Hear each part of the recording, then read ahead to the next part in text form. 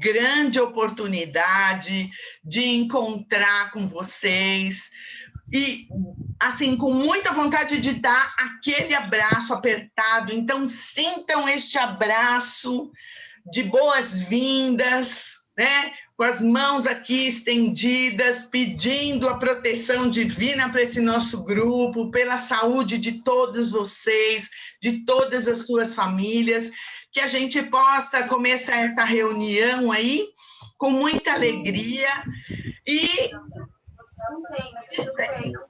dizendo que gostaríamos que quem tiver com o microfone ligado, para desligar, né, para ficar mais fácil, para ter menos interferência, e que a gente possa estar atento aí, qualquer coisa. Pode mandar alguma mensagem aí pelo chat, que a gente vai conversando, e também dizer que das intervenções que a gente for fazer daqui para frente, que elas precisam ser bastante objetivas para a gente utilizar bem esse tempo.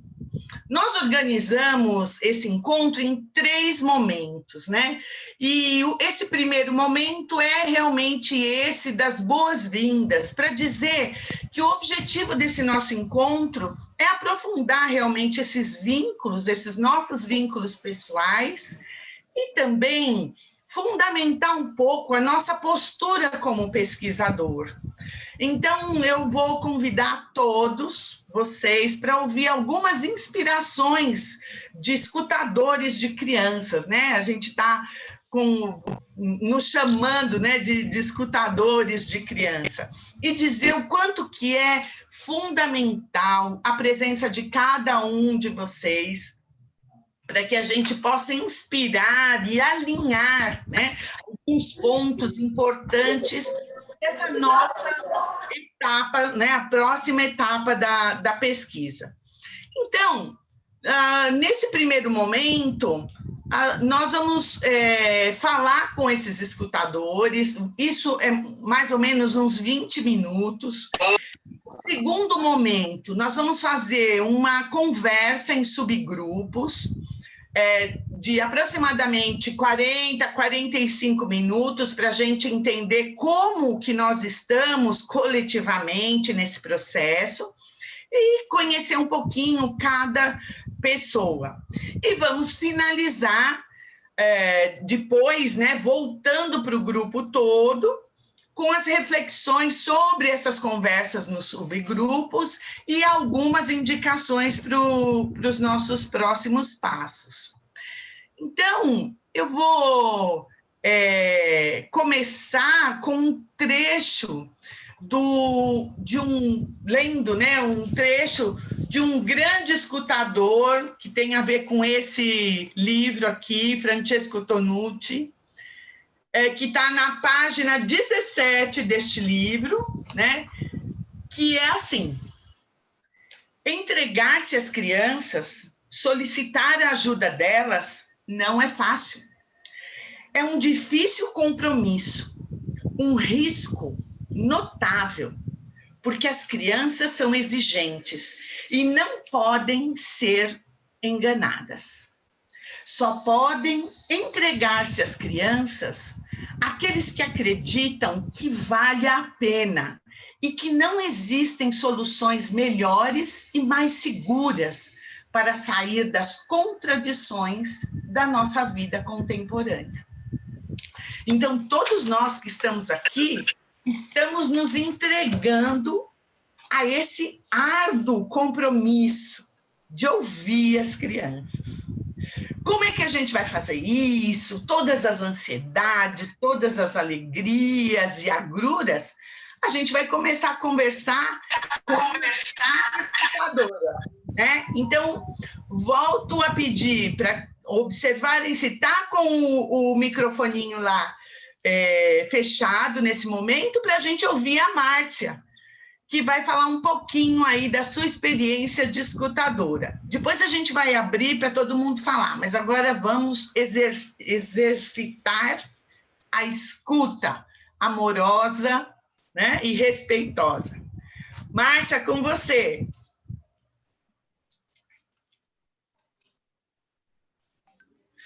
O seu está desligado, Márcia, o seu microfone. Vamos lá. Já vai começar, né, com o microfone. Boa noite a todos, a todas. Estamos muito felizes, né, de ter vocês aqui conosco. E hoje eu recebi essa incumbência, né, de falar um pouquinho sobre essa... Eu acho que é uma arte, né, escutar as crianças. Eu tenho 36 anos, né, como educadora, na rede pública, principalmente, e desde os meus tempos de professora, esse bichinho, né, do escutador sempre me mordeu, né? Eu sempre trabalhei com essa escuta de crianças e durante a minha vida também eu tive um tempo de trabalho com educação de adultos com Paulo Freire. Então, essa união, né, da minha vontade, né, com, acho que um dos maiores escutadores, né, de gente que existe no mundo, que para mim foi Paulo Freire, né, fez um caldo muito bonito. E durante todo esse tempo, eu sempre colhi muitos relatos, né, muitas ações das crianças, né, sempre fui muito curiosa, né, no chegar perto, ao pé do ouvido, e eu tinha muitos materiais. E o ano passado, numa pós, né, na Casa Tombada, Adriana Friedman, né, essa outra escutadora maravilhosa, me colocou como desafio, né, transpor para o papel todas aquelas minhas pesquisas, todos aqueles materiais, né? Acho que a Elisa podia, então, colocar, Elisa, só a capa, então, né, do TCC, que foi essa escuta, né? A palavra que lavra, a prática democrática, a voz do Conselho Mirim. Esses bordados todos aí foram feitos por mim, à mão, e representam um pouco, né, todos esses momentos com as crianças, né, esses momentos que a gente vai dando um nó, né, um nó na escrita, né, um nó na fala, um nó no pensamento.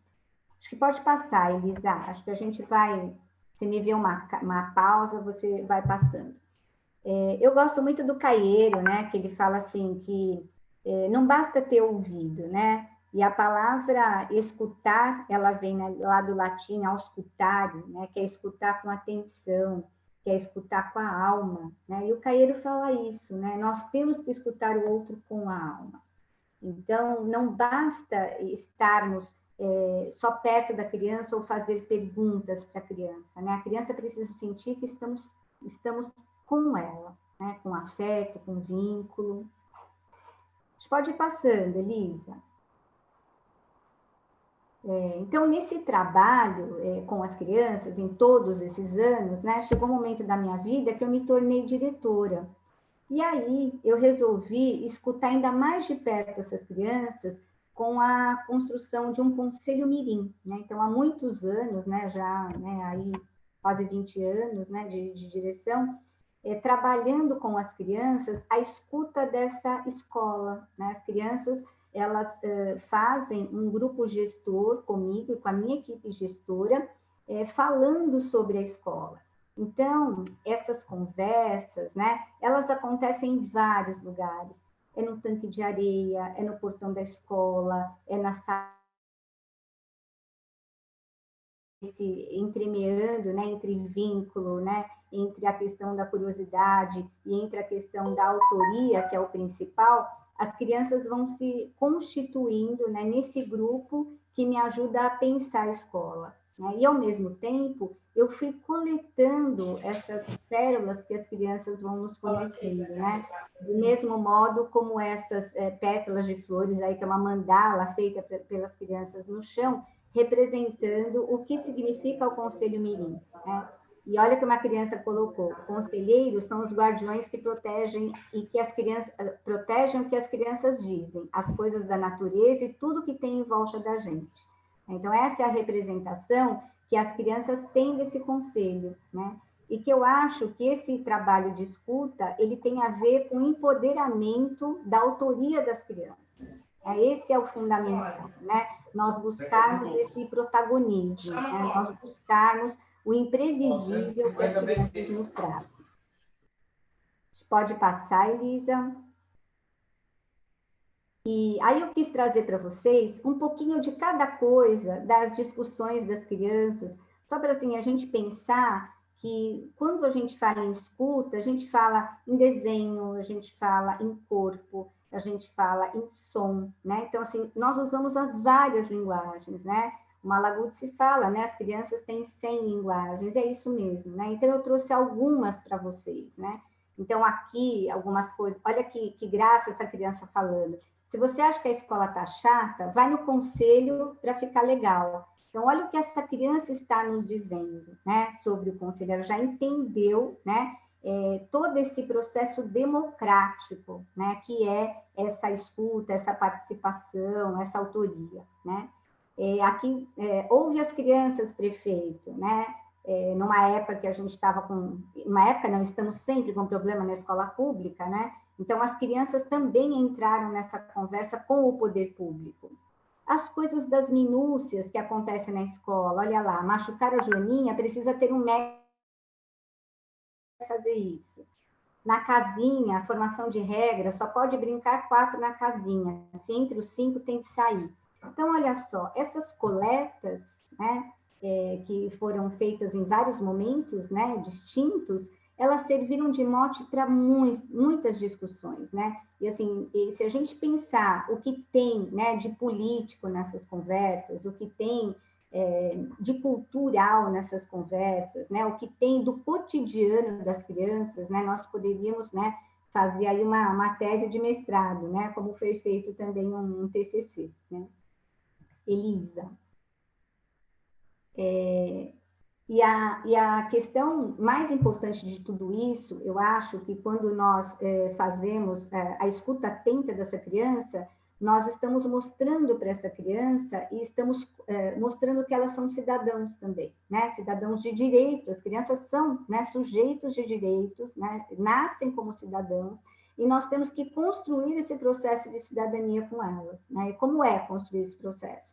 É justamente isso, ouvi-las, entendê-las, né? Lê-las, né? Pensar sobre o que a gente vê, né? Acho que isso que é o mais importante, né? Então, assim, não é fazer perguntas para que as crianças respondam, mas sim as crianças entenderem, como o Tonucci diz, que nós aqui precisamos delas. As crianças precisam entender que nós precisamos delas, né? Que elas se sentem empoderadas nesse processo.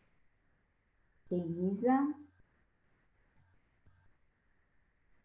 E aqui uma outra forma de linguagem, as crianças mostrando, por exemplo, o que eles querem e o que eles não querem no parque. Então, as crianças também nos mostram e falam o tempo todo, por que é que só que uma criança colocou no conselho, por que só os adultos podem escolher o que tem na escola? Né? Realmente, a gente nunca tinha se perguntado isso, né? E sempre são os adultos que escolhem o que é para a criança. Né? Por que não a criança escolher o que ela quer nos espaços? Ou fora deles, como aqui no caso, na praça. Né? Próximo, Elisa. Aqui as crianças reivindicando também a alimentação, né? Uma alimentação melhor para o prefeito. Então, assim, tendo um posicionamento político, levando na Câmara Municipal. Então, também, né, são coletas que serão feitas de momentos de escuta das crianças. Elisa, pode passar. Aqui também uma carta para a CT. Vou passar rapidinho, mas só para vocês terem uma ideia das coisas, né? Olha o que as crianças dizem, né? Se a professora Marisa morrer, a turma vai ficar sem professora, porque só a Marisa fica de manhã e de tarde. A professora Aline, que ajuda as outras professoras, não consegue ficar com todo mundo. Então, assim, olha a clareza que essa criança tem, né, do que pode acontecer com ela se a professora morrer atravessando a rua, né? Então, assim, esse pedido era para a CET para colocar um farol. Então, assim, são coisas que as crianças vão colocando e que elas nos mostram o quanto elas entendem da cidade, o quanto elas entendem dos problemas. E quando nós fazemos isso, nós damos visibilidade às crianças. Né? Nós colocamos a voz delas em um tom muito alto. Próxima.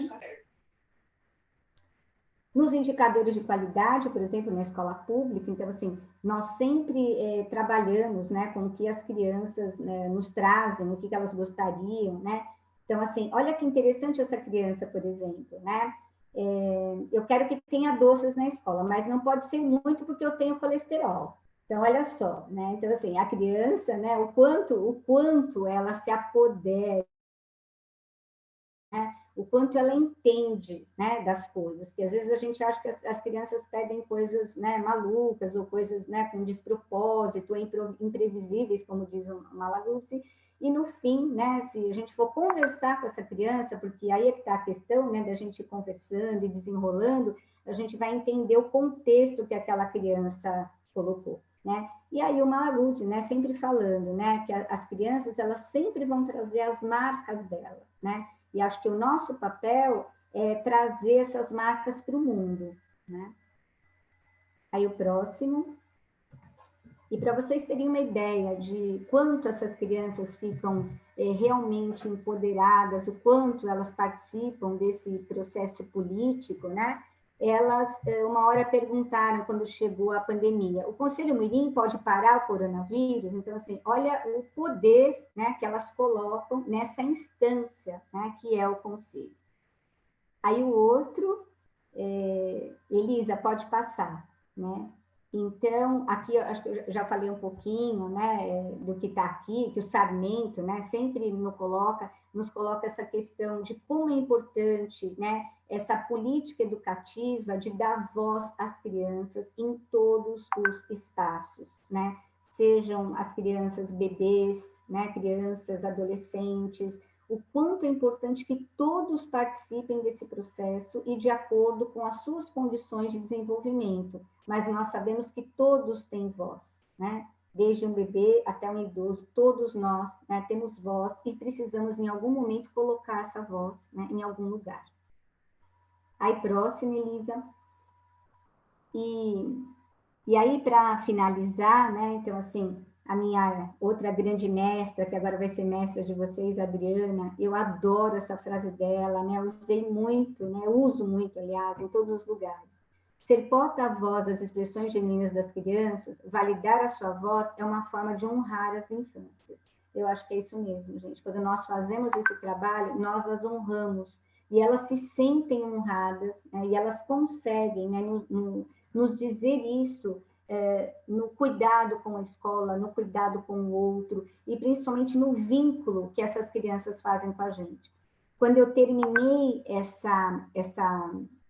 esse trabalho de coleta, essa organização, né, no TCC, eu fiz uma roda de conversa com as crianças e mostrei, né, e falei para eles, olha, tá vendo? Aí um olhava e falava assim, olha, eu que falei isso, olha, esse desenho fui eu que fiz, é mesmo, olha, lembrando os momentos, né? E eu falando para eles, né, de como era importante, a autoria, que eles se sentiam empoderados. Aí, de repente, o Gabriel, que é um menino incrível, ele virou e falou assim, então agora a gente vai fazer o autoramento? Nós vamos fazer o autoramento disso? Então, assim, olha isso, gente, né? Assim, que semântica esse menino construiu. Olha o significado, né? Ele conseguiu juntar empoderamento com autoria, né? Assim, e uma criança de 6 anos, né? Então, olha só do que eles são capazes, né? Então, acho que essa questão mesmo, a gente tornar visível o que ainda está muito invisível para a sociedade. As crianças ainda são muito invisibilizadas, né? E esse trabalho de escuta que a gente está propondo aqui com vocês hoje é isso, né? Da gente tornar visível esses encantos e essas lindezas que a gente ouve por aí, né? E mostrar o quanto essa criança, ela é autora, ela é poderosa, eu acho que é essa palavra. E o principal é a gente entender que isso é um movimento político, é um processo de construção de cidadania, né? É só assim que a gente constrói cidadania, né? Pelo menos é só assim, né, que eu acredito que se construa cidadania, é fazendo junto, né? Então é isso. Então esse é o meu recado para vocês, assim, dividir um pouco dessa coleta, né, bonita que eu fiz com as crianças, né, que meu sonho ainda é fazer um livro com isso. Então, logo, quem sabe aí a gente consegue, mas assim, é só um empurrãozinho aí para que vocês, né, vejam que é possível, é simples e é possível, e ao mesmo tempo é complexo, mas aqui vocês vão ter mestras maravilhosas, né, que vão ajudar a conduzir esse caminho, tá bom? E uma dessas mestras é você, né, Márcia? Então, ó, aqueles parabéns aqui, os aplausos virtuais aqui para nossa querida Márcia, que é uma das nossas mestras escutadoras. E como vocês viram, né, como é importante esse momento da escuta. Mas não adianta só ouvir. E quem não tem ainda aí uma folhinha de papel, um caderninho, já vai providenciando aí o seu caderno, o seu lápis para anotar essas coisas, porque quem vem falar agora é uma outra escutadora, que é a Nath, que vai falar exatamente sobre essa questão da escuta e do registro. Não esquece de olhar para a bruxinha, hein, Nath, por causa do tempo. Um beijo. Obrigada, estão me ouvindo? Deixa a bruxinha aí, então, para eu não me perder. Na verdade, mais do que falar sobre o registro, é uma fala muito pontual, um destaque mesmo sobre o valor político, de como a gente encaminha tudo isso que as crianças produzem e que precisam da nossa ajuda, né?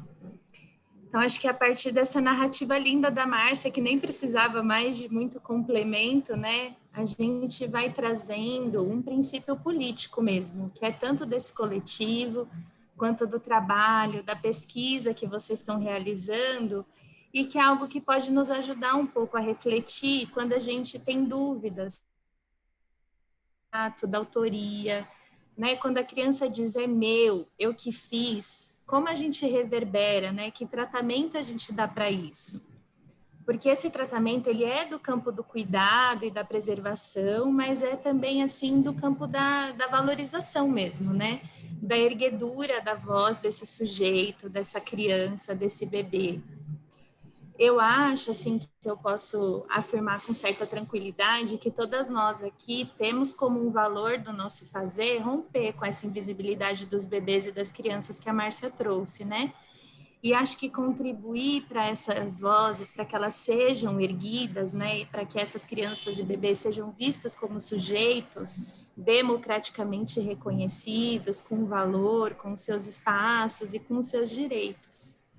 E acho que quando a gente escuta essa narrativa da Márcia, a gente vai conversar, está aqui conversando sobre ela, a gente está falando sobre o direito ao conhecimento. E aí que a gente precisa refletir mais sobre a autoria, né?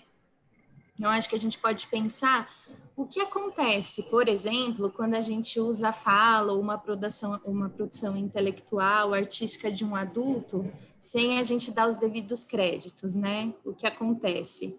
É algo extremamente sério que a gente pode responder sobre, pode parar até em instâncias criminais, e a gente não, às vezes, não tem essa preocupação de legitimar quando é uma produção de um bebê ou de uma criança, né?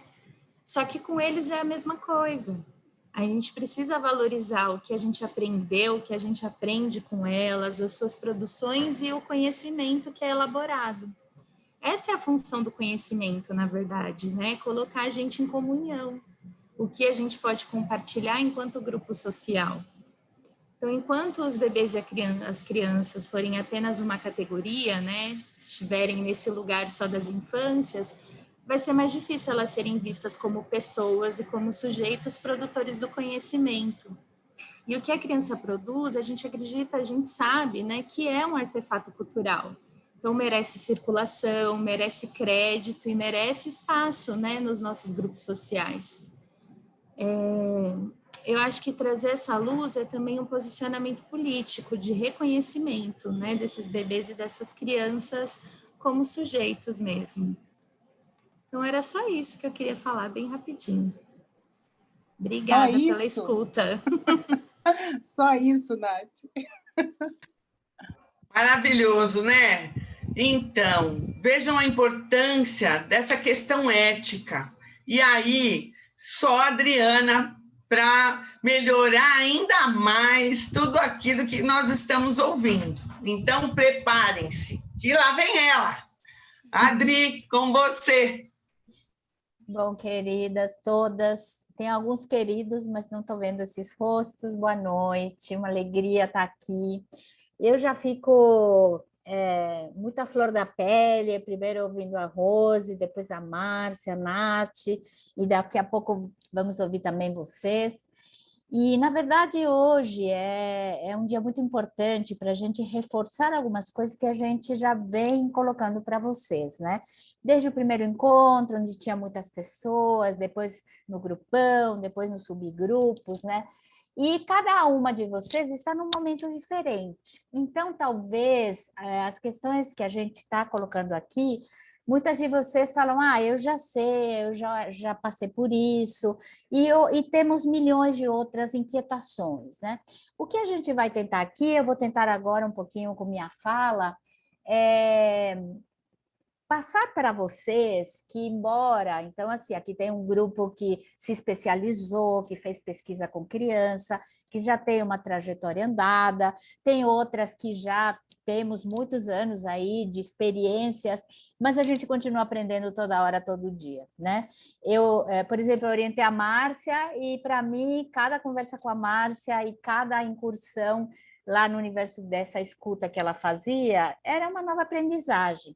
Então, eu acho que começar pensando que a gente está aqui para aprender entre nós, como a Nath coloca, mas também e principalmente com as crianças, né?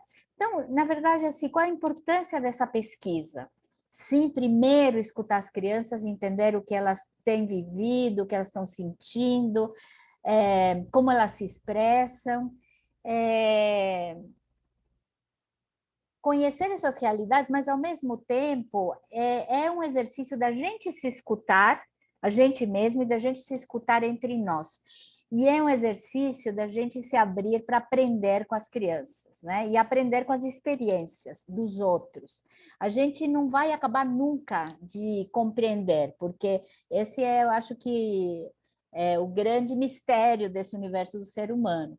Então, acho que a gente, com essa cabeça, não pensar, estou fazendo certo, fiz errado, eu não deveria ter falado isso, eu não deveria ter feito aquilo. Então, a gente se colocar como a vida é, que é assim, aprendizagens cotidianas, né? E a gente conversa sempre no nosso coletivo que, muito bem, algumas pessoas puderam se aprofundar, puderam estudar, puderam se formar, mas aqui um dos objetivos também é a gente poder se formar coletivamente nesses processos de escuta, de fazer pesquisa e de conhecer as crianças. Então, acho que só partindo dessa questão, hoje me veio um pouco uma inspiração, porque aqui nós temos um grupo de pessoas, somos em 73 nesse momento, até vou pedir para alguém que esteja com o microfone, para fechar o microfone, e veja que interessante, aqui tem mães, pais, educadores, professores, gestores, psicólogos, artistas, médicos, pediatras, antropólogos, e eu vou fazer um link um pouquinho, porque eu acho que talvez um dos desafios maiores é assim, pensar como é que a gente se coloca, essa nossa atitude enquanto pesquisadoras, escutadoras, conhecedoras de crianças. Então, eu quero fazer um pouco uma metáfora para a gente pensar junto, né? Quem é mãe, quem é pai, sabe que pai e mãe quer educar, quer passar valores, vai colocar limites, vai colocar regras, tem as suas verdades, as suas referências, vai repetir, vai dar bronca, mas raramente a gente vai aprendendo com a vida, mas os pais não escutamos muito, né? A vida nos ensina a escutar, mas tem essa questão. Então, é difícil para mãe e pai a escuta. Agora, vamos falar um pouquinho dos professores. Tem muitos professores aqui, pedagogos. A gente é formado como professor também para ensinar, para passar conteúdo, para orientar, para transmitir conhecimento. A gente, em geral, se pauta pela referência de uma metodologia, de uma teoria, mas raramente a gente é formado para observar e para escutar, para essa escuta. Esse é um ponto importante, né, para quem é professor. Então, aqui é uma mudança também de ponto de vista. como é que eu faço não só para ensinar, mas também para aprender? Né? Eu vou perder o controle, eu vou perder a autoridade? Essa é uma questão para os professores. Vamos pegar os psicólogos, eu acho que tem alguns psicólogos no grupo.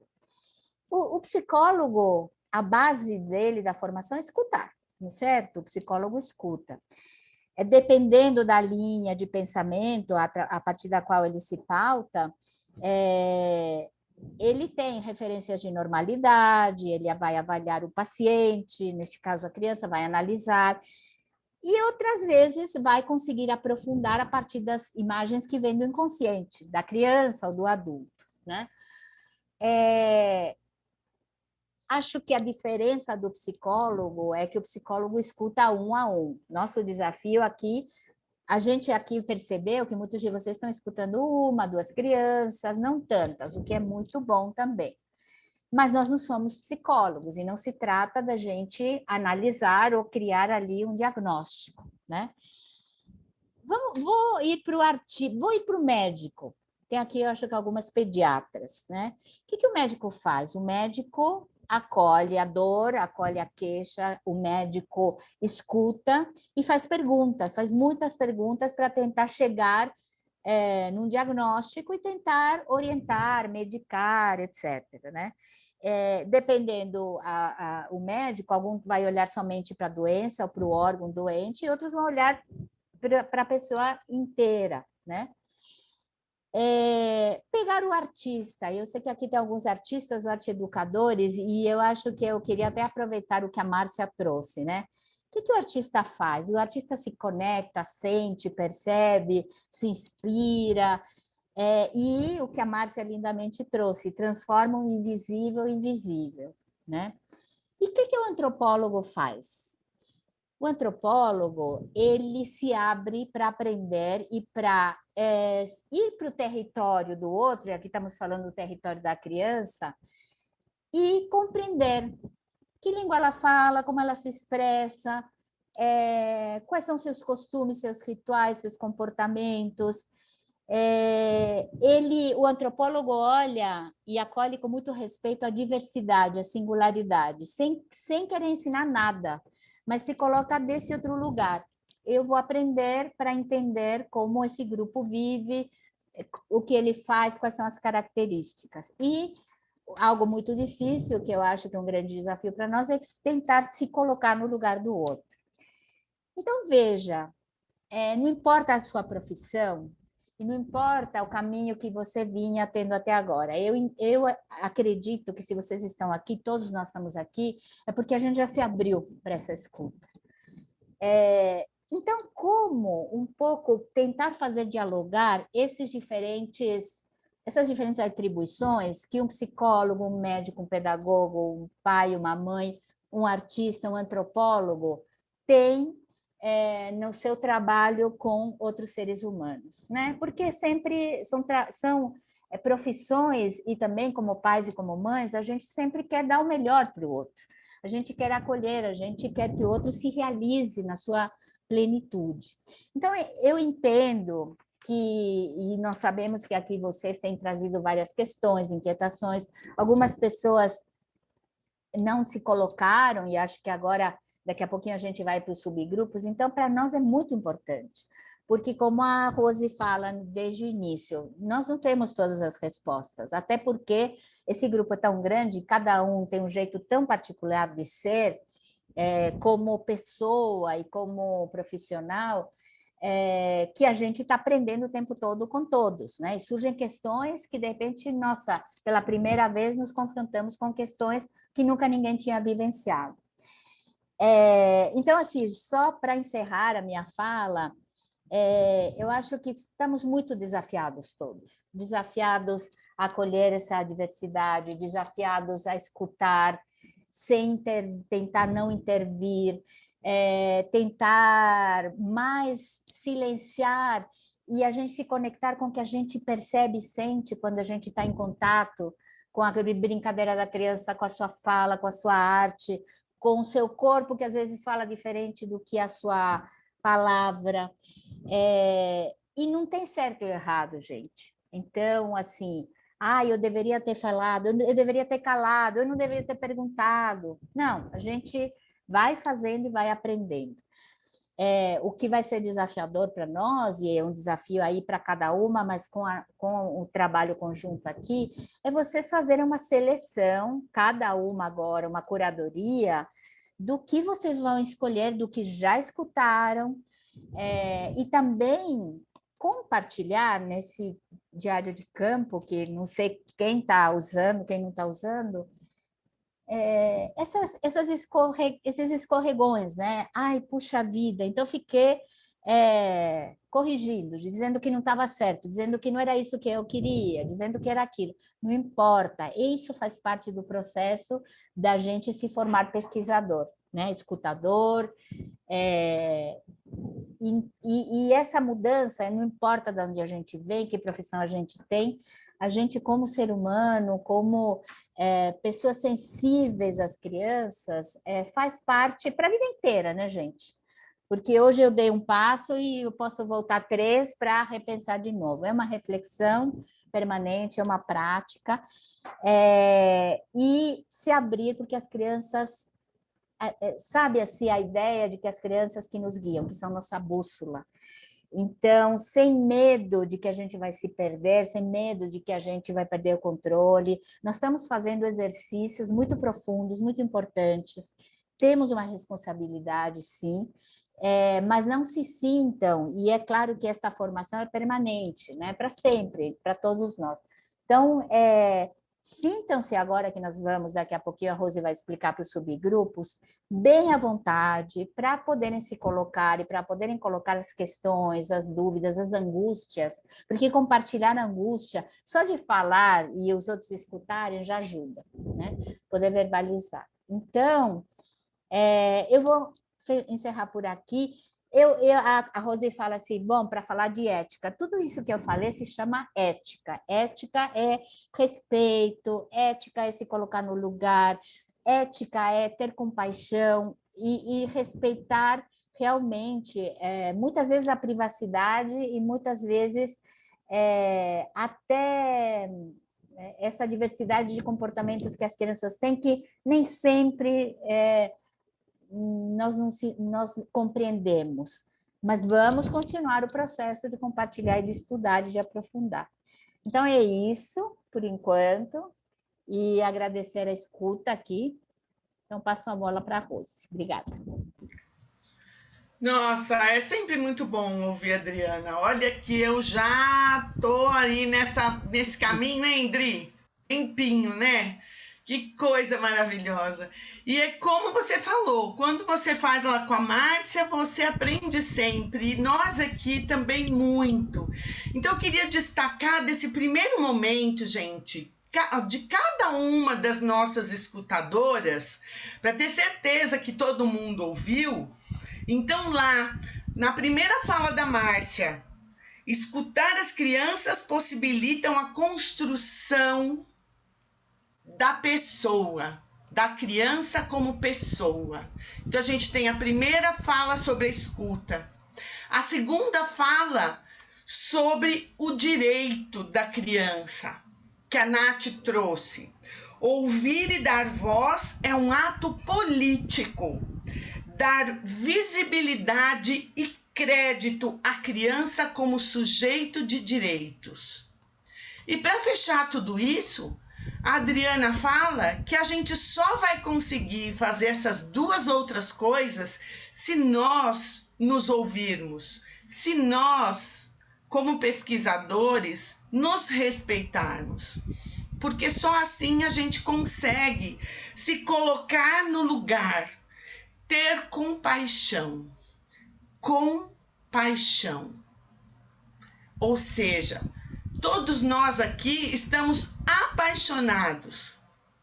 E às vezes, quando a gente está apaixonado, a gente quer mudar aquela pessoa, né? Porque a gente tem uma idealização, né? Tá travando um pouquinho, mas acho que deu para entender um pouquinho. São 3 ideias principais.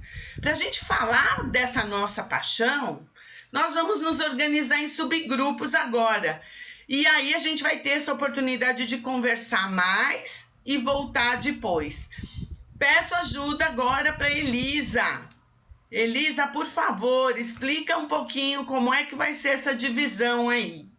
Sim, Rose. Todas, eu sou a Elisa, também participo do coletivo. E a gente organizou, né, esses subgrupos como forma da gente também ampliar a nossa escuta, né, em grupos menores. Então, desde a criação do grupo do WhatsApp, e aqui a gente também quer manter essa escuta mais pertinho de cada um desses grupos, né? Então, a gente vai transportá-los para salas, são 7 salas.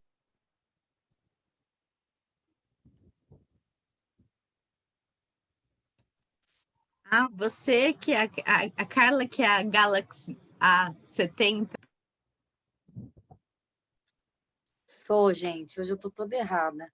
Entrei correndo pelo celular, quase que não consigo chegar. Meu carro parou na rua, tive que chamar. Nossa, foi uma correria, mas cheguei a tempo. Até ligar o computador, falei, vai pelo celular. Oi, Carlinha, tudo bem? Chegou, Tudo não bem. importa. Depois você já vai ficar sabendo. Cadê a Rose? Querida, já estamos. Ah, não, ainda falta, né? Ainda estão sendo abduzidas metade das pessoas aqui. É, lá no nosso grupo, as meninas foram fazer uma pausa para Ah, que pena. uma... Desculpem acabar com a festa. Gente, como escorre o tempo pelas mãos, né? Sensação de areia caindo na ampulheta. Vamos, 2 minutinhos para a gente tomar um cafezinho, ir no toalete e voltar em seguida. Vamos lá? Ótimo. Isso, Elisa, a gente vai se falar. Vamos lá. Fala. Ótimo. Só uma sugestão. Vamos colocar um top, um horário para acabar? Iria acabar 9 horas. Vamos tentar até 9h20 no máximo, para tentar responder questões e poder dar pelo menos a última orientação do que vem daqui para frente. Porque assim, vocês sabem, vamos até o banheiro e mais 20 minutinhos. 2 minutos, tá, gente? Tudo bem? Vamos lá. Até já, então. Até já.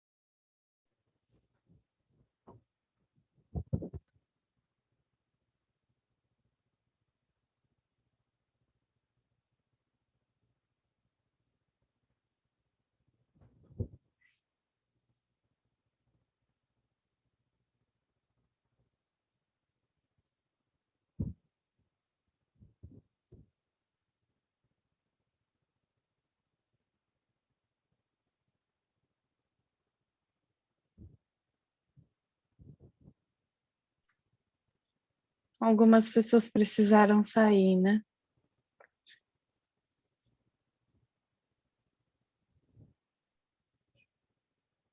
Tereza?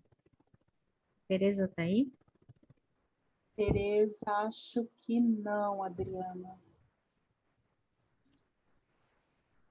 Elisa, do nosso grupo, a Alessandra Paixão, tá? Precisou sair. Ela tinha nos avisado. Sim. Eu vi aqui. A gente podia, Rose, Diga, amore. eu acho que a Tereza juntou algumas perguntas, enfim, talvez algumas perguntas sejam comuns, e eu sugiro que a gente, não sei se a Tereza voltou. Já, voltei, Adriana. Tá. Porque aí você coloca as perguntas, e aí no finalzinho a gente pode compartilhar aqui o documento que depois a gente vai encaminhar, que seriam como vocês vão organizar o material, os próximos passos. Rose, eu tenho aqui documentos, você pode ler, não sei, se você quiser. Mais aqui compartilhou para mim, mas acho que vamos direto para as perguntas. Tá agora sim. Vamos lá. Olá, boa noite. Eu sou a Tereza, faço parte do coletivo, junto com as meninas, com a Adriana, com a Rose. A minha pergunta vai para a Márcia, do nosso coletivo. Márcia, como se manter neutra e não influenciar as respostas das crianças? Estou pesquisando filhas. A nossa escutadora. Segundo Paulo Freire, não há neutralidade, né, no nosso discurso ou na nossa escuta, né? Não há, né? Nós temos que tentar ao máximo, né, sermos neutros. Então, assim, o que significa, sei lá, né? Eu fico pensando, o que significa essa neutralidade? Estou pensando aqui com vocês, né? Assim, ouvir a criança, né? No trabalho, por exemplo, lá da escola, do que a gente realiza, é tentar ouvi-los sem interferir, sem interpretar, sem ter preconceito, sem colocar juízo de valor, simplesmente ouvir, né? Simplesmente ouvir e registrar, né? Então, e aí sentir essa criança, né? Sentir esse diálogo para ver onde aprofundar, onde não, onde pausar, né? Então, essa é a questão. Mas todos nós temos que ter clareza que todos nós já temos um discurso político intrínseco, né? Ninguém é neutro. Né? Então, aproveitando, Márcia, pode ser mais uma? Sim. A criança quis participar, aceitou participar da pesquisa, porém não demonstra devolutiva, não fez devolutivas. Eu insisto, o que eu faço? Então, acho que a regra de ouro é essa, né? Quando a gente fala escutar a criança, é escutar a criança em tudo, né? Escutar a criança no corpo, no movimento, porque, assim, a forma dela talvez dizer que não quer mais é não dar devolutiva, né? Então, é importante a gente ler todos os indícios que essa criança está dando para a gente. Acho que aí a gente vai ter uma resposta, porque nem sempre a criança fala não, né? Então, é importante ler, né, todo esse... E aí, assim, sentir, né? Será vale a pena insistir, né? E, assim, e aí olhar para essa criança, olhar para a situação e pensar o que é melhor, né? Com ela mesmo, né? Até usando outras linguagens, né? Outras formas, né? Com essa criança. E aí, perceber, porque às vezes também a introdução de uma certa linguagem, por exemplo, se eu peço para a criança fazer um vídeo, de repente ela não gosta de vídeo, mas ela gosta de desenho. Então, de repente, mudar a forma, né, de abordar essa criança, a forma de dialogar com ela, né? Então, acho que a insistência vale nesse sentido, assim, de tentar outras abordagens, outras formas, outras maneiras, até a gente entender se é o problema da linguagem ou se é que ela realmente não está interessada mais, né? Então, eu acho que nada tem uma resposta, né, gente, definida, fixa. São coisas assim, cada um de nós aqui acho que responderia de uma forma, né? Mas eu acho que o que nos direciona é realmente escutar essa criança de fato, né? Obrigada, Márcia. Gláucia, agora é com você. A mãe interfere na fala da criança? A mãe interfere na fala da criança ou a criança muda de comportamento quando a mãe se ausenta? Então, você consegue falar um pouquinho para nós, Gláucia? O que a gente observa? O que dá para fazer? O que considerar? Vamos lá, nossa. Por isso eu peguei você estrategicamente, né? Mãe. É bem difícil mesmo. Eu estou fazendo, por acaso, né? Estou fazendo pesquisa com meus filhos, tá? A Tereza de 3 anos e o João de 9. E é bem difícil tirar esse olhar, né? Se afastar, assim. Quando a gente é professor, educador, que não tem esse vínculo como a mãe, já é difícil, como mãe vai ser muito mais difícil, né? Então, às vezes a mãe ela vai projetar a expectativa do que ela quer que a filha responda, né? Do que ela acha que seria legal. Então, eu acho que vale tentar conversar com a mãe, explicar, né, sobre essa escuta, explicar qual que é o propósito, para deixar a criança à vontade mesmo, e também olhar para o corpo da criança. A Márcia trouxe um exemplo para a gente, eu já não me lembro mais se foi aqui no grupão ou se foi no grupinho, de uma mãe que chegou na escola falando que a filha estava super triste porque ela estava morrendo de saudade da escola. E aí, quando ela olhou para a menina estava com uma cara assim de ué, né? É de mim que você está falando, né? E a Márcia virou para a menina e perguntou, você está triste, né? Então, olhou para a menina e criou condições para que a menina falasse, né? Ela abriu esse espaço para a menina falar o que ela estava sentindo. Então, ela olhou para a Márcia olhou para ela e falou, você está triste, é mesmo? Aí a menina falou, não, eu passei com meu cachorro, eu brinquei com meu pai, eu fui no parque, né?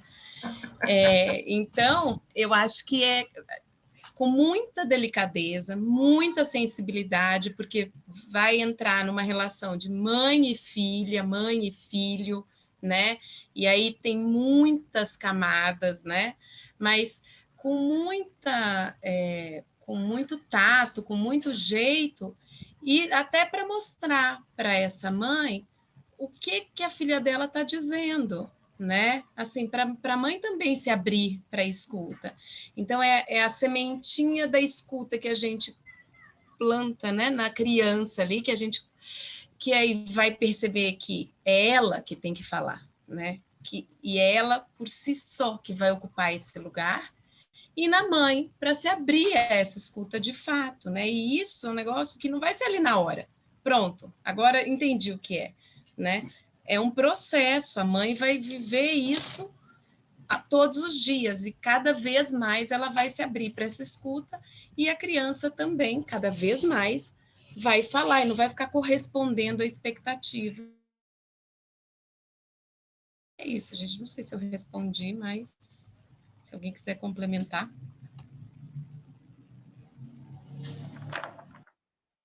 Bom, aí qualquer coisa, a colega que fez essa questão coloca no chat. Agora, Laisa, com você. Posso juntar 4 ou mais para falarem, sem eu falar muito? Eu posso juntar 4 crianças ou mais para falarem sem eu falar muito? Foi a Cris Ramos, se eu não me engano, que fez essa pergunta. Uau!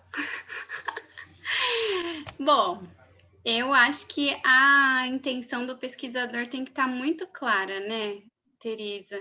Que a gente, como pesquisadora, tem que se colocar nesse lugar para a criança ou para as crianças, que elas têm que saber qual é o propósito, né, dessa pesquisa, as crianças precisam saber claramente o que a gente precisa escutar e o que vai ser feito com isso. Uma vez que isso está explicado e a gente entende que a criança entendeu, eu vejo que as crianças juntas fariam, né, produções incríveis, e que seria uma produção coletiva, ou que ao mesmo tempo elas fariam produções individuais, mas uma interferindo no que a outra está fazendo, que é impossível estar num grupo e isso não acontecer. Eu não tenho nenhuma condição de dizer que não é possível, mas eu acredito que é que o pesquisador teria um olhar bem apurado para poder observar esse grupo, né, esse coletivo acontecendo ali e, ao mesmo tempo, cada criança no seu processo. Então, assim, é possível, mas precisa aí desse distanciamento que a Glócia falou, dessa escuta, desse lugar aí, e tá por perto para observar isso, né? Então, eu também fico pensando nisso no presencial e nessa questão no virtual, né? Bom, não sei se eu respondi. Então, e aí tem uma outra colega ou participante que colocou assim: tem limite de número de crianças? Algum problema em ser por videochamada?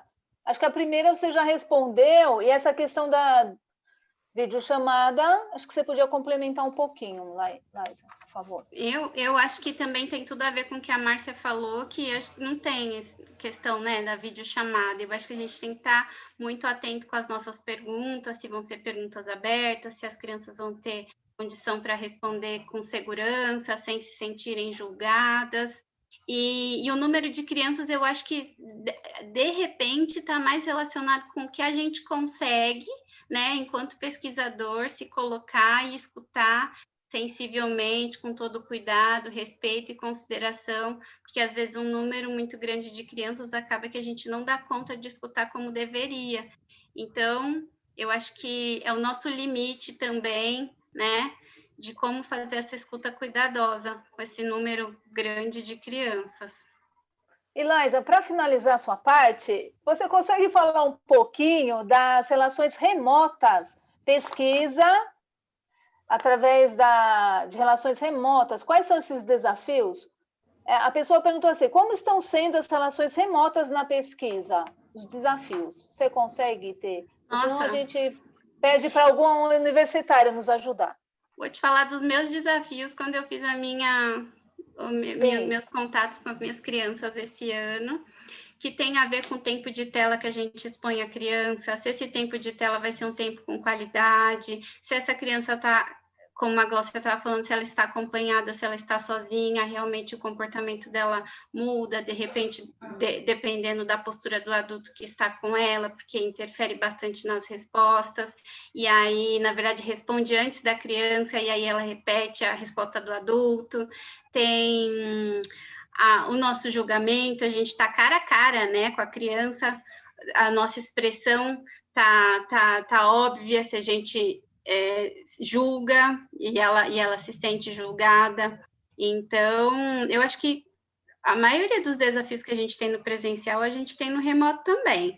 E tem uma outra questão que é a gente conseguir transmitir, não sei se é essa palavra, mas toda essa sensibilidade, esse cuidado que a gente tem pela nossa voz, pelo nosso olhar, porque é isso que a criança vai ter, né, de nós, nossa expressão, nosso olhar e a nossa voz. Muito obrigada. Oi, fala, Kátia. Tem uma pessoa aqui no chat que gostaria de tirar uma dúvida. Tá, ok, pode falar, Kátia. Talvez ela pudesse fazer a pergunta dela e depois a gente se encaminha para a leitura, né? Perfeito. Tá, e as demais, ficaram algumas perguntas, nós podemos colocar lá no grupão depois, então. Isso, boa. Tá. Kátia, você quer fazer sua pergunta? A Kátia na verdade, é uma dúvida que eu tenho. Isso. Pode falar, Kátia. Na verdade, eu fiz uma pesquisa entrevistei 2 crianças e elas preferiram fazer uma gravação de uma criança, em fazer um vídeo bem feito, em falar direitinho, não errar nas palavras, né? Então, teve uma criança que ela praticamente fez um ensaio antes e depois ela fez a gravação de um vídeo curto. E teve outra que ela foi falando por parte, ela falava, não gostei, eu quero gravar de novo. E assim, eu fiz vários vídeos, né, dessa forma, ela sempre pedindo para eu repetir, que ela não tinha gostado. Aí eu quero saber como proceder. Eu faço a união desses vídeos no momento de envio para vocês, eu não consegui ver uma opção, que eu achei interessante essa preocupação delas, porque teve uma criança que perguntou para outras pessoas verem, eu quero fazer direito, eu quero gravar, eu vou ensaiar primeiro, entendeu? Aí queria que vocês me dessem assim uma opção de como eu proceder em relação a isso. Obrigada. Quem fala? Acho que Adriana, por favor. Vou comentar. Eu vou comentar, Kátia. Eu acho que a primeira coisa é você sentar com a criança e dizer: olha, você gravou 3, 4, 5 versões. Posso mandar todas? Sim ou não? Não posso? Qual posso mandar? E depois, quando você vai contar essa história, você vai relatar, vai mandar o que ela concordar, ou as versões que ela concordar, e você vai dizer, e nos vídeos que ela não quis mandar, eu percebi tais coisas. Porque não é porque ela não quis que você mandasse que você vai deixar de dizer a tua percepção. Mas eu acho que o primeiro approach é você perguntar para ela. Posso mandar todos? Qual que eu posso mandar? Sabe? Acho que congelou a Kátia. Será que ela conseguiu ouvir tudo? É. Mas senão depois a gente pode retomar, ela está no nosso grupo, né, Laisa e Rose? A gente retoma com ela, Adri. Tá ótimo. Isso, eu acho que isso também responde ele. A Kátia ouviu o que a Adriana Kátia? falou? Congelou, você ouviu? Travou aqui a internet, não deu para escutar direito. Ai, então, vou falar bem rapidinho. Eu acho assim, o primeiro passo é você perguntar para a criança, posso mandar todos os vídeos que você gravou? Dependendo da pergunta dela, talvez ela escolha 1 ou 2 ou 3, e aí essa conversa é importante, e também entender que, independentemente do que ela dizer não quero, você vai escrever a respeito. O que ela gravou nos outros vídeos, o que ela não gostou das outras gravações. Então, esse é um comentário para nós, para a gente pensar junto, né? E esses ensaios dizem muita coisa, né? Que idade ela tem? 11 anos. Então, é interessante, né? Mas é um pouco isso. O primeiro, perguntar para ela. Ela em primeiro lugar. Eu acho que essa sua resposta também dá uma dica para Li Prates. Certo, Li? Que você está perguntando no chat sobre as variedades de recurso. Deu uma indicação aí? Senão também a gente discute no grupão. Sim. Ah, legal. Sim, porque com todas as crianças eu fiz esse primeiro bate-papo explicando de acordo com a idade delas, né? Qual era a finalidade. Em todas eu perguntei primeiro se ela autorizava gravar, se eu podia enviar esses vídeos. Então, acho que isso, o mais importante foi feito. Então, agora eu estou juntando tudo que eu anotei, tudo que eu observei para enviar para vocês. Renata Laurentino queria falar alguma coisa. Eu me senti completamente contemplada com a resposta da Adriana. Eu pensei exatamente o que ela falou, e eu só queria lembrar que, assim, quando nós adultos vamos gravar um vídeo que vai ser exposto, quantas vezes que a gente grava, não regrava, que a gente se organiza fisicamente na nossa roupa. Crianças também, né? Principalmente nessa idade, mas outras crianças menores também podem ter essa, né? Somos humanos. Na exposição a gente se escolhe o que a gente quer mostrar. Muito interessante, né? E essa imersão nesse mundo tecnológico, né? Como de uns anos para cá está sendo tão presente nas nossas vidas, né? É muito importante isso. Mas alguém se fazer um complemento, Rose? Oi. Se eu puder fazer só um complemento na questão da tecnologia, que todo mundo sabe como fazer essa coisa online. Além de tudo que a Laisa já falou incrivelmente, eu traria também como observar assim, a criança, que lugar que ela escolhe para estar com a câmera ligada. Por exemplo, quando eu estou perguntando com as crianças que eu estou fazendo, qual é o aplicativo que elas escolhem? É áudio, é vídeo, é WhatsApp? O que é que elas têm de acesso? E uma criança que eu entrevistei, por exemplo, ela estava falando, mas ela saía andando e ela buscava coisas, ela trazia coisas, ela se movimentava, ela resolveu colocar fotos atrás aqui, sabe aquele efeito de fotos? E ela colocou duas coisas muito interessantes que ela estava falando. Ela estava falando sobre a cidade, que ficou muito preso num apartamento, então tinham fotos de apartamentos, e depois de uma viagem que era uma praia. Só que as fotos não eram o que ela tinha tirado, ela estava brincando de escolher fotos. Então, isso também é uma observação, assim, quando a gente está no virtual, porque a criança diz muito também através dessas escolhas que ela faz do virtual.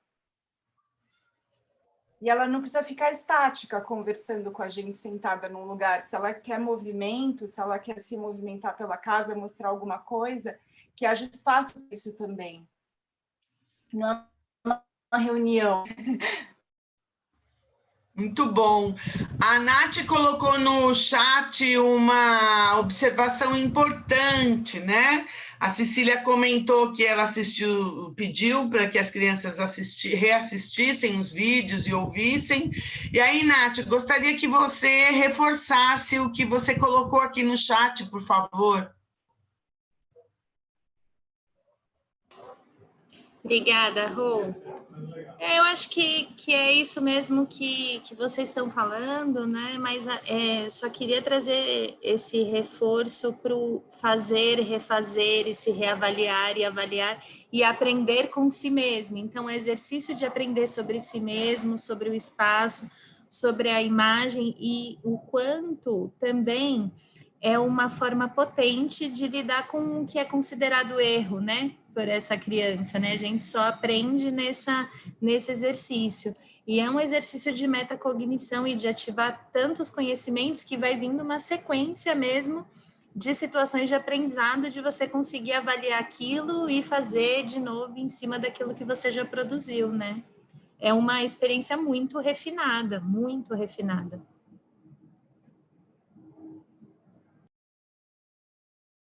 O microfone, Rô. Isso. Só para... tem alguma outra pergunta, Tereza, pessoas queridas, que vocês queiram fazer? Tem mais algumas, mas devido ao tempo... É isso. A gente vai responder no grupão depois, tá bom? Tá ótimo. Então, em relação ao documento, também a gente faz o reforço no grupão para a gente manter aí o nosso tempo, né, deste primeiro encontro, a gente reforça essas coisas no grupão. E então eu quero, para já começar o encerramento do nosso encontro, fazer novamente o convite para todos acompanharem o nosso Instagram, os podcasts. Em breve nós teremos novidades com alguns produtos para a gente reforçar esse nosso coletivo. Divulguem, contem para todo mundo que vocês fazem parte desse movimento, né? Estamos falando dessa importância das redes sociais, para as famílias, para os colegas que trabalham com você. Quanto mais gente a gente sensibilizar, melhor, mais potente, mais a gente vai estar garantido esse direito de escuta das crianças. E para fechar com chave de ouro, eu chamo aqui ela que está no meu coração, minha companheira de subgrupo, a Laisa, que vai mostrar para a gente um pedacinho do trabalho que ela fez. E eu tenho certeza que vocês vão gostar muito e vão ficar apaixonadas. Vamos lá, Laisa. Ai, Rose. Meninas, super, tô vendo que muita gente está se despedindo, então serei breve. Vou ler para vocês uma carta, eu acho que vale a gente lembrar, como a Márcia trouxe, acho que a fala de... Ouvi a Nath falar disso esses dias e voltou tudo para o meu coração, a gratidão que eu tive de poder acompanhar algumas crianças, e eu fiz cartas para as crianças que eu acompanhei na pesquisa do ano passado, cartas de agradecimento, e eu vou ler para vocês a carta que eu escrevi para o Anthony, fiz envelopes, como estes, parecidos com estes, para eles, e a gente tentou entregar para eles, então vou ler para vocês a carta que eu fiz para ele, agradecendo por tudo que ele me ensinou. Para Anthony. Atencioso Anthony, não sei dizer a importância que senti quando você quis me mostrar que aceitava a minha presença. Não bastando isto, compartilhou comigo seu brincar, seus interesses, seus desejos, me incluiu com muito carinho e responsabilidade. Visitei o parque pela primeira vez e você foi o meu guia. Conheci caminhos, ouvi histórias de machucado, procuramos sombra, sentamos na rampinha, você cuidou de mim. Um tempo depois, te vi no meio das crianças, dos seus, um líder atento, alerta, antecipando tudo, talvez com um pouco de receio de não ser ouvido. Mas pelo que vi, acredite, todos te ouviam, assim como eu, e que sorte a minha. Obrigada demais, Liza. Essa carta eu fiz para o Anthony. É isso. Obrigada, gente, por estar com vocês hoje.